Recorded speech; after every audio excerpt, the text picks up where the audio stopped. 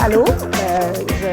C'est la première fois que je fais une conférence. On disait conférencière, je ne me considère pas comme telle, mais j'ai souvent parlé publiquement, mais habituellement, c'est pour mes batailles et rarement de moi. Fait que ça va être la première fois que je parle de moi. Ça faisait drôle quand même. D'habitude, c'est plus impersonnel. Fait que je suis une femme plutôt intense, comme on a dit, une vraie TDAH.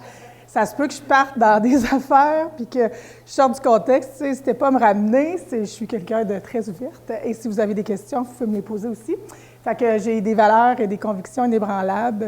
Je suis quelqu'un qui milite pour les droits des personnes qui ont une déficience intellectuelle et le trouble du spectre de l'autisme.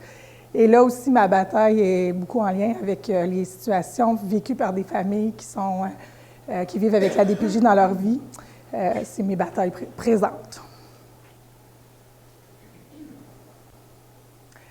En fait, j'ai commencé quand j'étais petite. Je viens d'une famille défavorisée. J'ai été élevée dans le quartier Sainte-Cécile. Mes parents étaient des parents qui avaient beaucoup d'ambition pour nous. Comme ils ont mobilisé leur vie en fonction à ce qu'on soit le plus autonome possible. Donc, ils ont priorisé vraiment l'éducation qu'ils étaient incapables de me donner eux-mêmes. J'ai une sœur, fait que moi et ma sœur, on a eu la chance d'aller à l'école privée parce qu'ils ne souhaitaient pas nous envoyer à l'école de quartier. Ils voulaient vraiment qu'on réussisse. Leur objectif pour eux, là, avoir notre diplôme d'études secondaires, c'était pour eux la plus grande réalisation qu'ils pouvaient nous donner. Fait que on est allé à l'école privée, vu que moi, ma sœur, on a la même famille, on ne pouvait pas aller à la même école à cause qu'on avait des bourses, tout ça. Je ne sais pas comment ils ont fait pour payer, mais je peux dire qu'ils ont payé plusieurs années après qu'on ait fini notre secondaire encore les frais scolaires. L'école a été vraiment très bien pour eux.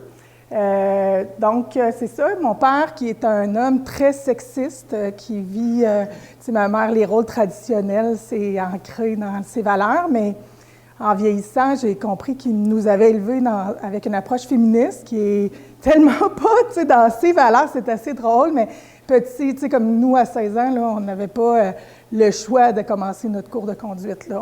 Tout était, comme notre diplôme, notre autonomie, il ne faut jamais se fier à un homme, mais pas un homme, mais à quelqu'un d'autre, ça aurait pu être une femme aussi, là, il n'était pas... Mais tu sais, de se fier, d'être autonome, puis d'être autosuffisante, puis de s'émanciper en étant des femmes. Donc, mon père, il a misé beaucoup sur notre autonomie. Ça se peut que je passe des bouts. Donc, venant d'une famille très pauvre, on a aussi toute une famille élargie qui était beaucoup impliquée dans le milieu criminalisé. C'est sûr que nous, quand on est nés, nos parents ont mis fin à toutes ces pratiques. Sauf qu'on a quand même eu des oncles, des tantes qui étaient très impliqués. Donc, la DPJ était dans la vie de mes cousins et cousines. Fait que mes parents ont commencé ils étaient tannés de voir mes cousins se promener de famille d'accueil en famille d'accueil parce que la mère, mettons, une des mères, c'était plutôt mes tantes, là, qui allaient mieux, les enfants retournaient, puis après ça n'allait pas, ils repartaient. Fait que mes parents étaient tannés de ça, tu sais, ils aimaient mieux qu'ils retournent, mais en étant encore en famille d'accueil, qu'ils puissent avoir contact avec leur famille. Donc, ils ont décidé de prendre mes cousins à chaque fois qu'ils étaient retirés. Comme ça, il n'y avait plus besoin de retourner parce qu'ils pouvaient retourner quand ils voulaient, tu sais. Mes tantes habitaient aussi dans le quartier, fait qu'ils allaient voir leur mère, ils revenaient. Il y avait toujours, tu sais, c'était vraiment devenu, tu sais, une grande famille, plus que... Puis ils ont appris aussi à vivre avec la maladie mentale de leur mère, qui était pour la plupart. Et, tu sais, il y avait des troubles de toxicomanie, des choses comme ça. Fait que mes cousins ont quand même appris à comprendre mieux leurs parents plutôt que d'être toujours rejetés, tu sais. Fait que ça a fait en sorte qu'ils... Bon, c'est sûr que ils ont peut-être vieilli en continuant toujours à s'impliquer dans la même lignée, mais ils sont tous quand même devenus des personnes qui ont de l'allure, là, aujourd'hui. Fait que c'est ça, j'ai vécu toute mon enfance avec mes parents dans un milieu de famille d'accueil. Éventuellement, on a eu la chance de pouvoir, tu sais, c'est sûr qu'ils recevaient des sous pour s'occuper de mes cousins. Fait qu'on a pu avoir une maison, on est déménagé au Cap. Avec l'école, moi, ça a fait une grande différence dans mon estime de moi, là, parce qu'il n'y avait pas beaucoup de monde qui marchait pour aller au CMI dans le quartier. Fait que ça a vraiment changé pour moi. Ça a fait une grande différence que ma sœur n'a pas vécu. Elle, quand on est arrivé là, dans une maison, ma sœur finissait son secondaire. Là. Fait que moi, on dirait que j'ai moins clashé au secondaire que ma sœur a pu clasher au CMI, en fait. Donc, c'est ça, ça m'a amené une richesse culturelle. Je suis née, intrinsèquement, j'ai appris, j'ai vu la toxicomanie, j'ai vu la santé mentale, j'ai vu tous les problèmes de société dans des conditions de gens ultra vulnérables, dans les yeux bienveillants de mes parents, parce que mes parents étaient super bons en relation d'aide. Donc, ça m'a permis d'être rapidement sensibilisée par la différence. J'étais consciente de ce qui se passait dans la société, mais jamais sans être atteinte. Comme j'ai toujours vu, c'est comme si c'était des films, mais tu sais, mes parents ne me donnaient pas accès aux grosses conséquences, mais on comprenait très, très vite que c'était pas loin, là, c'était pas juste d'un film américain, là, ces choses-là. Fait que ça m'a permis de me construire en étant bienveillante et en comprenant la maladie mentale. C'est surtout ça la situation, en fait, là. Donc, c'est de même que je suis devenue la personne que je suis. Et, bien, tu sais, c'est sûr que je suis passionnée de l'être humain, fait que j'ai toujours été curieuse d'en connaître plus, fait que c'est ça. Je pense qu'on a passé celle-là. Je peux partir vite dans ma bulle. Fait que j'ai eu un parcours atypique. J'ai fini mon diplôme d'études secondaires ici à Trois-Rivières. C'est sûr que les attentes de mes parents, c'était vraiment de finir mon secondaire, fait que j'avais atteint l'objectif familial, puis tu sais, en étant TDAH, et je me suis découvert une dyslexie en vieillissant, à cause de mon fils qui a un diagnostic maintenant. Bien, j'ai réalisé que mes difficultés étaient tout le temps reliées à la lecture, puis c'est ce qui rendait compliqué mais tu sais, j'étais super bonne à l'école quand même, là, fait que mais j'avais quand même un gros problème avec la lecture, fait que j'étais tout le temps plus lourde, tu sais, la saturation de cerveau qui est... Fait que en vieillissant, bien, tu sais, j'étais allée faire un cours en loisirs. Je suis partie à Gatineau rejoindre ma sœur le lendemain de mon bal de finissant. Puis j'étais allée dans un collège en Ontario qui avait des fautes d'orthographe dans les textes, là. Qui était pire que moi, là. Fait que c'est ça, puis j'ai lâché, j'étais allée vraiment pour le côté social, là. J'avais vraiment beaucoup d'amis, il y avait bien des parties, mais pas beaucoup d'écoles. Puis après... Fait que là, veux pas, en arrivant à Gatineau, ma sœur, elle a toujours été passionnée par la restauration, on est bien différentes. Fait qu'elle était gérante d'un bar, fait que j'ai commencé à travailler dans un bar, j'ai commencé à travailler en restauration, j'étais ultra sociable, tu sais, c'est sûr que moi, plus qu'il y avait de monde, mieux je me sentais. Et à 18 ans, j'ai commencé à travailler au casino de Hull. Tu sais, dans le temps, là, on avait 19 $ de l'heure en 96, là, fait que c'était comme dans ma tête, j'allais passer ma vie là, mais j'ai saturé rapidement. Fait que ben c'est ça. Là, après ça, ben j'ai laissé le casino pour aller... je me suis inscrite à l'université à 21 ans avec expérience pertinente, mais comme je me tanne vite de tout ce que je fais, au 9e cours sur 10, j'ai abandonné. Fait que c'est pour avoir un certificat, du moins. C'est ça. Puis après ça, ben j'ai commencé à travailler dans un camp de vacances en déficience intellectuelle. Et c'est là où j'ai eu la passion, la piqûre. Je tripais vraiment, je capotais, là. C'était pur, tout ce qu'on recevait, tu sais, comme... Puis la première fois, je suis rentrée dans un chalet, parce que c'était un camp, puis il y avait un chalet multi-handicapés. J'avais jamais comme réalisé que ça existait vraiment, tu sais, autant que ma tante qui est tout nue dans le quartier ici avec un manteau long qui fait de la circulation. Ça, pour moi, c'était quelque chose de... Tu sais, parce que j'ai une de mes tantes qui était comme... Vous devez peut-être la connaître, ceux qui sont habitués, mais qui était un peu la personne la plus marginale de la ville de Trois-Rivières. Là, elle se promenait et elle faisait la circulation avec son sifflet, mais elle était nue avec un manteau long. Fait que, autant que j'ai vu ça, que je n'avais jamais vu vraiment la déficience intellectuelle. Fait que quand je suis rentrée dans le chalet où c'était 9 personnes polyhandicapées, j'avais l'impression que c'était un cours de théâtre, que quelqu'un allait faire ça, puis il allait dire, tu sais, comme, allez toutes vous asseoir, là, c'est réglé, tu sais, comme, mais non, c'était vraiment réel. Fait que là, j'ai comme été choquée, dans le fond, là, de voir le clash que ça donne, puis je me suis mis à triper. Là. Au début, là, les polyhandicapés avec une déficience intellectuelle, là, j'ai capoté, tu sais, il y en a un moment donné, il était en crise, il criait, puis je savais pas qu'est-ce qu'il y avait. Puis finalement, il a fini par me montrer qu'il y avait une piqûre de maringouin dans le milieu du dos. Tu sais, il voulait juste que quelqu'un y rate, là, tu sais, c'était pas... Mais tu sais, on va facilement les identifier comme étant problématiques, ayant des gros troubles de comportement, mais des fois, il faut juste comprendre. Fait que là est partie ma passion pour la déficience intellectuelle, le trouble du spectre de l'autisme. Est-ce que tu avais une question? Ah non, OK, je pensais, j'ai vu. Bon. Donc, bien ça, à partir de là, bien, j'ai laissé tomber parce que j'allais faire le bac là, en relations industrielles, ça ne me rejoignait plus. J'étais allée à Montréal, puis là, j'ai été rapidement acceptée au programme de reconnaissance des acquis en éducation spécialisée. Donc, il avait reconnu, après mon expérience au camp de vacances, 3 ans complétés en éducation spécialisée, que j'ai abandonné parce qu'il restait juste des cours de français philo à faire. Fait que j'ai complété tous mes cours Mais vu que j'allais à l'école, j'écrivais sur mon CV éducatrice spécialisée, donc j'avais des postes d'éducatrice partout à Montréal, là, parce que je suis partie de Gatineau pour aller à Montréal. Et là, j'ai fait le tour du système. J'ai eu la chance d'avoir un poste une fin de semaine sur 2 au centre de réadaptation. Maintenant, ça s'appelle CIUS, là, mais dans le temps, c'était au CRDI, Centre de réadaptation déficience intellectuelle.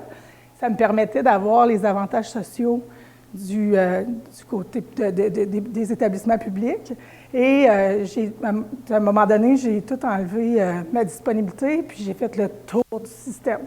Fait qu'en faisant le tour du système, je me suis vraiment impliquée avec les jeunes décrocheurs. Je suis allée au communautaire, au privé, au public. Je suis allée dans les écoles, dans l'ouest de Laval, dans Chemédé, il y a une école où il y a 90 de jeunes arabes. Je me suis vraiment impliquée dans cette école-là. Puis aussi, je suis allée, l'expérience de ma vie, en fait, c'est d'aller travailler dans une maison d'hébergement pour des femmes victimes de violences conjugales. Fait que j'ai flirté avec le communautaire, puis c'est sûr que c'est devenu ma passion.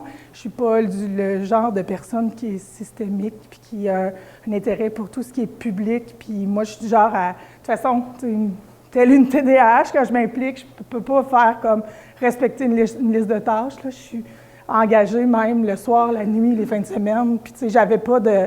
Fait qu'au communautaire... tout le monde aimait travailler avec moi, mais au public, je dérangeais beaucoup, fait que je n'étais pas toujours dans des bonnes conditions. Donc, c'est ça. Fait que comme je disais tantôt, sans diplôme en poche, j'ai quand même eu des postes d'éducatrice toute ma carrière. J'ai travaillé avec des enfants 0-5 ans autistes, qui m'a construit toutes mes connaissances au niveau de l'autisme. Ça a été le plus gros cadeau que j'ai reçu parce que c'est une formation qui est très spécifique. Donc, ça me permet aujourd'hui d'être ultra formée auprès des enfants autistes. On peut changer. La maison d'hébergement, en fait, je ne sais pas si vous connaissez l'approche féministe.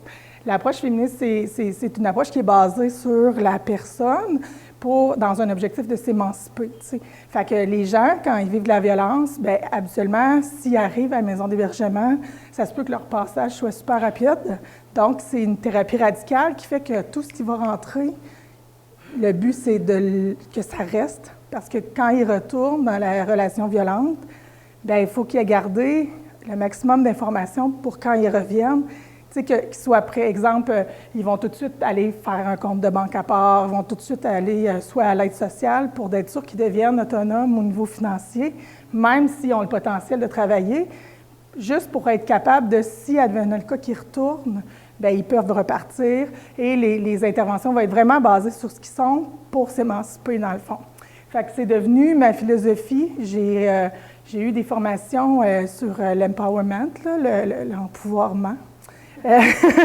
C'est devenu, dans le fond, la philosophie de ma vie. Je trouvais qu'en déficience intellectuelle, parce que c'est sûr que j'avais toujours un poste une fin de semaine sur 2 au CRDI, mais tu sais, toute cette approche-là d'émancipation, d'amener la personne, tu sais, juste à faire un choix de yogourt, là, tu sais, ça, c'est l'approche féministe. C'est comme que ce qui est triste en déficience intellectuelle, c'est que les gens les surprotègent souvent, puis les gens, ils vont pas leur permettre de faire des choix, tu sais, même s'ils sont polyhandicapés, puis qu'ils sont incapables de parler, mais si tu lui mets 2 collations, il va quand même choisir celle qu'il aime le plus, tu sais. Sauf que ça demande de la créativité pour certains.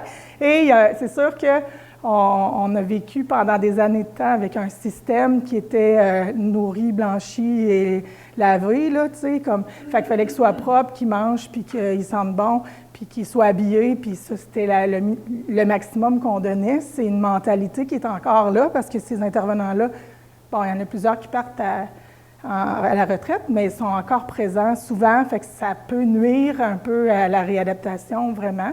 Donc, le fait que les centres est fermés, parce que moi, j'ai fait partie d'une petite désinstitutionnalisation, là, quand j'étais à Montréal, au CRDI, mais tu sais, ils ont vidé ces ressources-là, les grosses ressources pour faire des petites ressources, et là, ils sont de plus en plus dans la communauté maintenant, tu sais.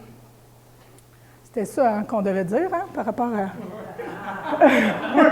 Je sais pas si je parle trop vite, c'est correct, ça va? Bon, good. Donc, ben là, j'ai fait le tour, je suis allée travailler dans la rue à Montréal avec les gens qui avaient le sida. J'étais vraiment passionnée de l'humain, là, tu sais. Fait que, mais là, à un moment donné, j'ai eu envie de revenir à Trois-Rivières. Fait que mon rêve que j'avais depuis le camp de vacances, c'était d'avoir ma ressource avec des personnes qui avaient une déficience intellectuelle. Donc, je me suis fait accréditer. Normalement, ça peut prendre 1 an, l'accréditation. Moi, ça a pris 2 semaines. Fait qu'ils m'ont accrédité rapidement parce que j'étais déjà engagée par le CIUS, bien, le CRDI dans le temps. Donc, tout mon parcours, toutes les informations personnelles, c'était tout dans le système, dans le fond. Fait que ça a été rapide. J'ai acheté ma maison, je suis arrivée ici et je me suis retrouvée du jour au lendemain à m'occuper de 4 personnes autistes, des ados qui avaient des troubles graves de comportement. Je pense qu'on peut... c'est ça. Fait que pendant 10 ans, j'ai collaboré avec l'établissement à Trois-Rivières, le CIUS, CRDI, TED-MCQ dans le temps. Et ouais, c'était... je suis quelqu'un qui croit en la personne. Fait que, tu sais, pendant 2 ans, j'ai eu la ressource avec les personnes autistes, avec les ados autistes qui avaient des troubles graves de comportement. On m'a brûlé, le système m'a brûlé, compte tenu que le support n'y était pas. Et c'était la pression, par contre, là, c'était épouvantable. Tu sais, exemple, les personnes étaient présentées comme étant des troubles graves de comportement. J'avais un jeune qui cassait les fenêtres avec sa tête. Puis là, bien, on me disait, « Mais t'étais où, Michel? » Mais je ne vais pas me mettre entre lui et la fenêtre. Tu sais, il faut mettre un plexiglas, quelque chose. Non, ça, c'est une mesure de contrôle. J'en ai un qui ne dormait pas la nuit, fait qu'il disait que ça, bien, il fallait que je m'arrange, que c'était, dans le fond, dans ma cour. Tu sais, moi, je partais du réseau où j'avais l'impression que le support... Puis moi, j'allais supporter les ressources comme la mienne. Puis, tu sais, j'étais ultra à mon affaire, là. J'étais vraiment empathique. Puis là, je me retrouve l'autre bord où est-ce que, genre, je dors pas la nuit. Puis là, je vais voir la directrice, puis je dis, tu sais, comme toi, dans le fond, tu es à l'aise de dire aux parents que la responsable, elle ne dort pas la nuit, mais est apte à assurer la sécurité de leur enfant le jour, tu sais. C'est parce que je ne dors pas une nuit, je ne dors pas la nuit, tous les nuits, je ne dors pas. Puis, tu sais, ça disait que dans le fond, c'était ma responsabilité de m'assurer de dormir et de trouver des solutions à mon problème. Donc, j'ai dû changer ma clientèle. C'est dommage parce que j'étais vraiment très bonne. Puis, je pense vraiment qu'on aurait pu faire une grande différence, mais tu sais, j'aurais laissé ma peau, ça, c'est sûr. Donc là, j'ai accompagné des personnes adultes qui ont une déficience intellectuelle et ou le trouble du spectre de l'autisme, sans trouble de comportement. Puis en même temps, j'ai eu des enfants à ce moment-là, dans la transition. Fait que c'était plus sécuritaire pour moi, mes enfants aussi. Là, ça a bien tombé le mouvement. Donc, ça a duré 10 ans, en fait, là, 2 ans la RI, puis 6 ans la 8 ans la RTF, où est-ce que je donnais la patte, je disais oui, je m'assoyais, j'étais une bonne petite fille, tu sais, j'étais bien drillée. Fait que comme ça, j'évitais les problèmes, c'était plus facile, donc, mais ça ne fait pas partie de ma personnalité, mais c'était plus simple de le faire de même pour ne pas tout perdre, là, en fait, parce que j'ai acheté une maison qui était trop grosse pour quelqu'un qui va aller travailler un salaire normal, vu qu'ils ont besoin d'avoir leur chambre et tout ça. Fait que C'est ça. Fait que j'ai été pendant 10 ans dans cette situation-là jusqu'au jour où une personne qui est venue vivre à la ressource, qui arrivait d'un autre service, le centre jeunesse, il avait 18 ans, le jeune homme, et ils ont intégré cet homme-là chez nous, mais il était psychopathe. Mais ils ne m'ont pas donné l'information, donc la DPJ a mis mes propres enfants en danger. Le jeune allumait des feux il allumait des feux dans sa chambre. Il était pyromane. Mais le trouble de personnalité antisociale, c'est tellement... c'est difficile de voir parce que c'est comme vraiment deux personnalités. Moi, je ne voyais pas cette personne-là. Je voyais l'autre, mais je ne comprenais pas qu'il mettait le feu. Fait que j'essayais de lui donner des responsabilités comme partir le barbecue, comme faire des feux dehors, parce que là, je me disais, il y a un intérêt, mais là, on ne va pas faire ça dedans, tu sais. Mais puis, on en faisait, là, mais tu sais, j'ai une vidéo de lui qui regarde le feu dehors parce que je lui faisais montrer des feux dans le cour, puis tu vois, là, qu'il était captivé, là, par le feu. Fait qu'en tout cas, finalement, pour qu'il se retrouve une journée où est-ce qu'il était armé dans ma maison, je ne savais pas. Il y avait, moi j'habite au Cap, Pro Nature, proche de chez nous, fait qu'il allait s'acheter des couteaux pour couper les poissons. Il y avait un fusil petit gibier. Il était très armé dans ma maison et je n'avais aucune idée. Puis aussi, il a appris dans mon visage, il était à côté de moi, puis il a googlé le nom de son père, puis il a appris devant moi qu'il ne savait pas non plus que son père avait commis un homicide et qu'il n'avait jamais pu subir son procès parce qu'il n'avait jamais été apte, et puis qu'il était mort à l'hôpital psychiatrique. Mais tu sais, le jeune avait besoin de quelqu'un pour le supporter, mais moi, j'ai comme... Tu sais, fait que tout ce manque d'éthique-là, ce manque de considération-là, pour moi, m'a frustrée comme vous ne pouvez pas vous imaginer. Tu sais, comme moi, mes enfants, ils subissent souvent les comportements des personnes qui sont chez nous, mais là, qui a décidé de mettre mes enfants en danger en évitant de me donner des informations qui étaient très importantes, bien, je me suis braquée. Puis là, j'ai arrêté d'être une bonne petite fille, fait que ça a dégénéré rapidement. Donc, j'ai mis fin à mon entente avec le CIUS au mois de janvier 2020.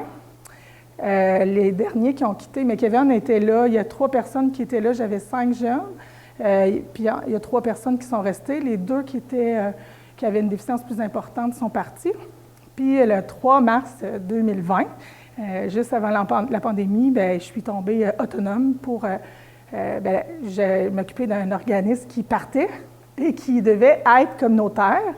Sauf que moi, je vis dedans, ça fait 10 ans que je construis mon projet.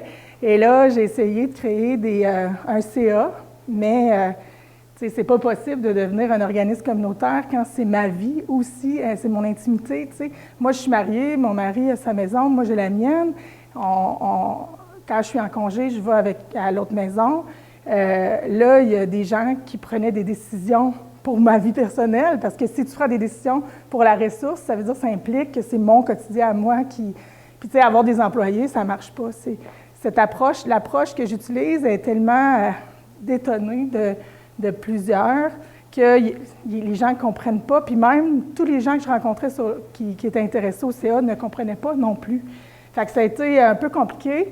Donc, j'ai décidé de repousser pour finalement, je n'ai pas le choix de laisser ça privé, sauf que privé implique que je n'ai pas de subvention. Et bon, c'est sûr que c'est un projet qui est super le fun. Hey, on n'a pas mis la vidéo entre-temps quand j'ai parti. Fait que là, ouais, c'est ça, on voulait mettre la vidéo.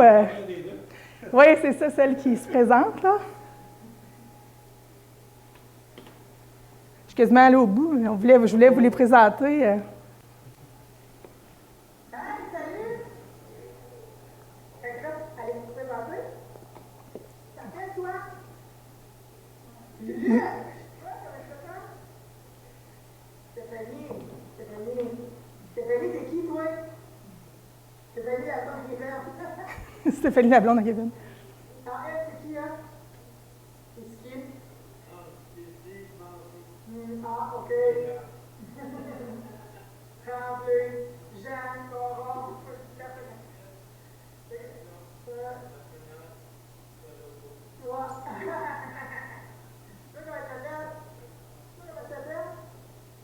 Julie. Puis là, ça, c'est quoi ici? 2 ans. Toi, comment tu t'appelles? Ah ouais? Toi, comment tu t'appelles? Yvon Charlebois. Joe. Joe, c'est ton nom? Ça fait un mois que tu es arrivé le 24 décembre. Sauf que ça fait combien de temps que tu me connais?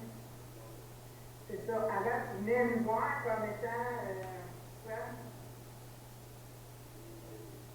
C'était notre ami, notre visite. Maintenant, c'est devenu un courant. Fait que dans le fond, nous, on vit notre quotidien. Si vous pouvez voir, le Luc, c'est lui qui a le chandail rouge. Lui, ça fait 11 ans qu'il habite avec moi. Fait que lui, il était moins autonome.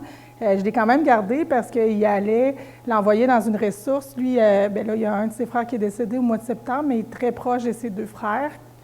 Et l'endroit où il allait l'envoyer, sur la rive sud, il y a un frère qui habite à Montréal, l'autre à La Tuque. Ça faisait en sorte qu'il allait comme presque plus avoir accès à leur frère.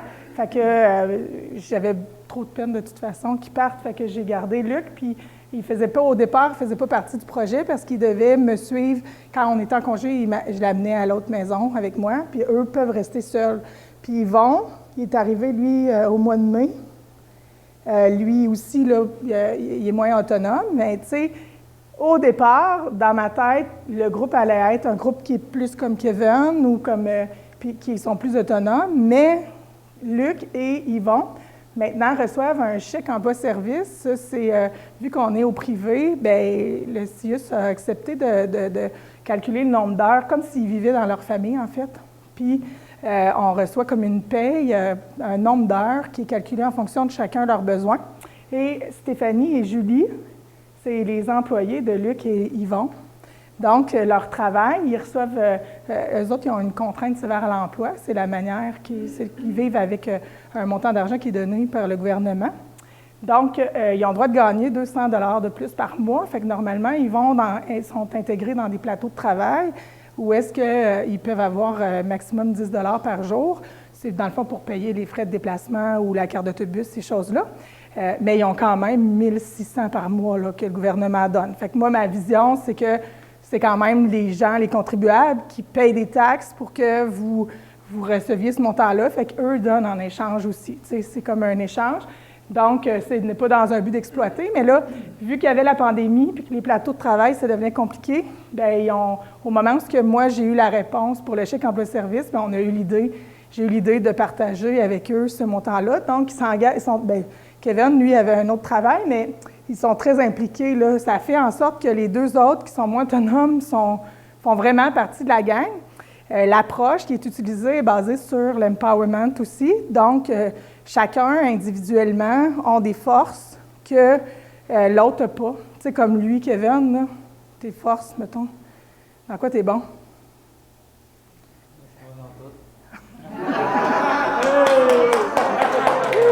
C'est bon! T'es bon, t'es fort. Ouais. C'est ça, je suis capable de forcer. C'est comme, mettons, quand on crie « Kevin! » C'est tout le temps pour faire quoi? De prendre des meubles ou plein d'affaires. Déménager des meubles. Donc, tu sais, comme lui, Kevin, c'est la personne on va toujours se référer à lui comme pour le déneigement, comme lui, c'est mon démarreur à distance aussi. Il va partir mon char, il va faire, lui, il est vraiment toujours dans les tâches. Quand on va à l'épicerie, c'est tout le temps lui qui va corder, qui va mettre la nourriture dans un sac parce qu'il est super bon, c'est toujours bien. Je ne mettrai pas le pain en dessous, c'est toujours fait à l'équerre, il est vraiment bon.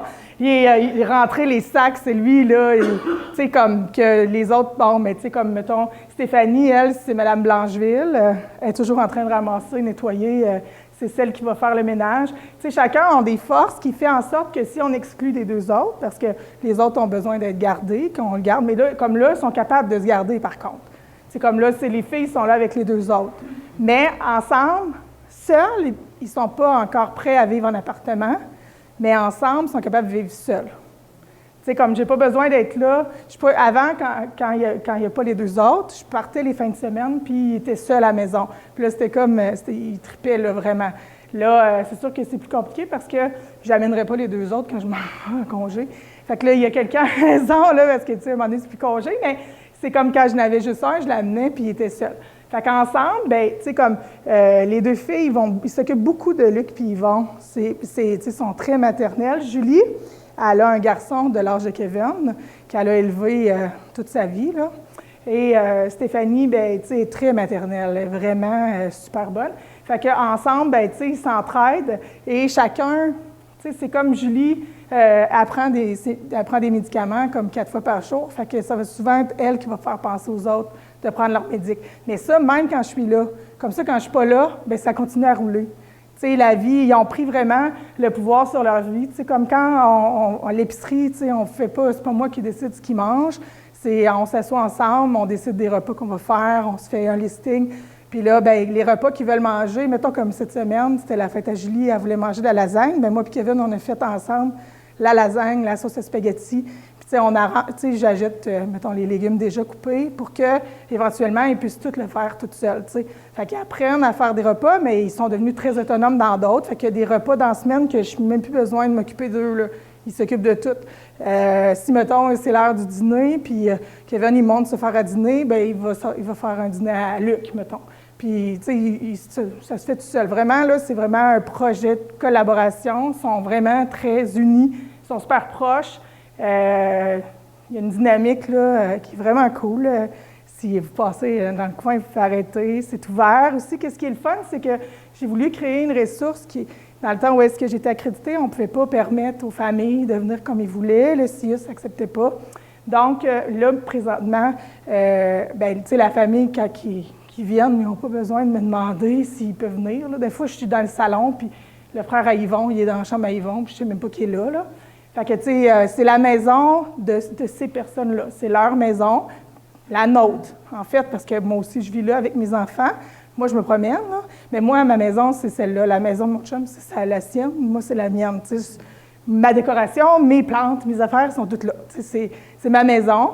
Bien, c'est notre maison, là, parce que c'est pas plus la mienne. Tu sais, comme quand ils ont comme Joe, là, il venait passer les fins de semaine, là, bien, il me le disait pas, là. Puis j'arrivais, puis Joe était là. Tu sais, comme, ils n'ont pas besoin de me demander la permission pour avoir de la visite. C'est eux autres qui ont le droit d'inviter quelqu'un à souper. Si, mettons, il en manque, bien, on va trouver d'autres choses. Tu sais, comme, c'est vraiment leur maison. Puis, tu sais, ils participent à la décoration, ils participent à tout, là, c'est vraiment chez eux. Puis, comme je dis, bien, tu sais, toutes les décisions qu'ils peuvent prendre, ils le prennent. J'ai connu Steven parce que, tu sais, ils sont très politisés aussi. À chaque élection, on fait, tu sais, c'est sûr qu'ils vont voter pour la personne. Ils comprennent moins le parti, mais de plus en plus quand même avec les années. Tu sais, ils ont eu la chance de rencontrer Justin Trudeau parce que Martin était venu chez nous. Puis là, quand Justin était venu, bien, il nous a invités. Puis, on est très impliqués. On est le seul endroit où Yves Lévesque est venu avec les autres faire comme un débat chez nous. C'était vraiment, les 4 étaient là. Ça a été super, vraiment. Puis à chaque élection, bien, on fait le tour, puis ils vont voter, puis ils sont très politisés, connaissent de plus en plus les partis, c'est ça. Mais là, on est au Cap, on n'était pas dans la circonscription de Trois-Rivières, mais on est quand même venu voir à Trois-Rivières, pareil, qui était là. On est venu voir Steven, on a vu Jacques Watteau, on a vraiment fait ben, c'est sûr que moi, j'ai une petite tendance Québec solidaire, là. Mais On est tout avec. Puis c'est pas parce que j'ai pas souhaité. Dans le fond, moi, j'essaie de rester très, très neutre, là, pour pas les influencer. C'est sûr que, tu sais, Jacques Watteau était déjà dans mes amis Facebook. C'était plus facile à rencontrer Jacques que les d'autres, mais tu sais, on a quand même essayé, on rencontre toutes les parties, puis pour vrai, il n'y a personne qui a voté Québec solidaire, je pense, là. Ils ont vraiment été avec leur... Puis on n'en parle pas, tu sais, comme... Parce que Stéphanie, elle avait vraiment un conflit de loyauté. Fait que, tu sais, chacun vote pour la personne, puis on n'a pas de débat sur qui a voté pourquoi. Puis on va vraiment... Puis, tu sais, comme il y a eu Marc Tanguay qui est venu chez nous aussi durant la campagne avec celui qui se présentait au CAP, Marc Tanguay, le nouveau chef. C'est ça. On était chanceux quand même. Genre, il était député, puis il est devenu chef, mais tu sais, on a des photos avec lui. Fait que, tu sais, on essaie le plus possible. Je veux qu'ils comprennent qu'ils ont du pouvoir. Je veux qu'ils comprennent qu'ils ont le droit de décider c'est qui. Puis quand ils voient c'est sûr que là, c'est toute on n'a jamais eu la chance de gagner nos élections, je pense, parce que moi, j'étais un peu au courant des votes qu'ils ont fait, mais quand on a, tu sais, comme quand il y a eu Valérie Renaud-Martin qui s'était présentée, mais elle était venue chez nous, Jean-Marc Bergeron, qui était son directeur de campagne, était venu, fait qu'on était bien proches d'eux autres rapidement, parce que ça a vraiment cliqué, tu sais. Fait que, puis on n'a pas été capable de rencontrer Jean, fait que c'est sûr qu'il y a des fois où ils ont voté par élimination sans le vouloir, parce qu'ils n'ont pas une opinion politique ça, encore, là. Fait que on va avec... mais j'essaie vraiment d'être neutre, là. Je les influence pas dans leur choix, puis quand il y en a un qui veut en connaître plus sur un parti, ben, tu sais, on va vraiment aller fouiller, là.